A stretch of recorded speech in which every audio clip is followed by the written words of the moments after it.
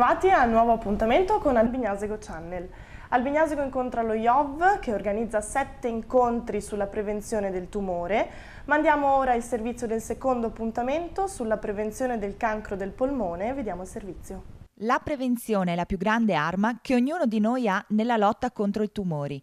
Per aiutarci in questa battaglia, l'Istituto Oncologico Veneto e il Comune di Albignasego hanno intrapreso un percorso di divulgazione medico-scientifica. L'assessorato alla cultura, con il coordinamento del medico chirurgo dottor Marco Rastrelli, ha organizzato una serie di incontri gratuiti fino a maggio 2015 presso la Sala Verdi di Villa Ubizzi. Ieri il dottor Adolfo Favaretto ha approfondito il tema della prevenzione del cancro del polmone. Considerando l'intera popolazione, il tumore al polmone si riscontra nell'11% dei casi e rappresenta ancora oggi la prima causa di morte tumorale tra gli uomini. La mortalità nelle donne è molto inferiore ma in costante crescita. Nel corso del dibattito si sono affrontati gli aspetti relativi alla prevenzione, alle cause e alle cure possibili per sconfiggere questa patologia.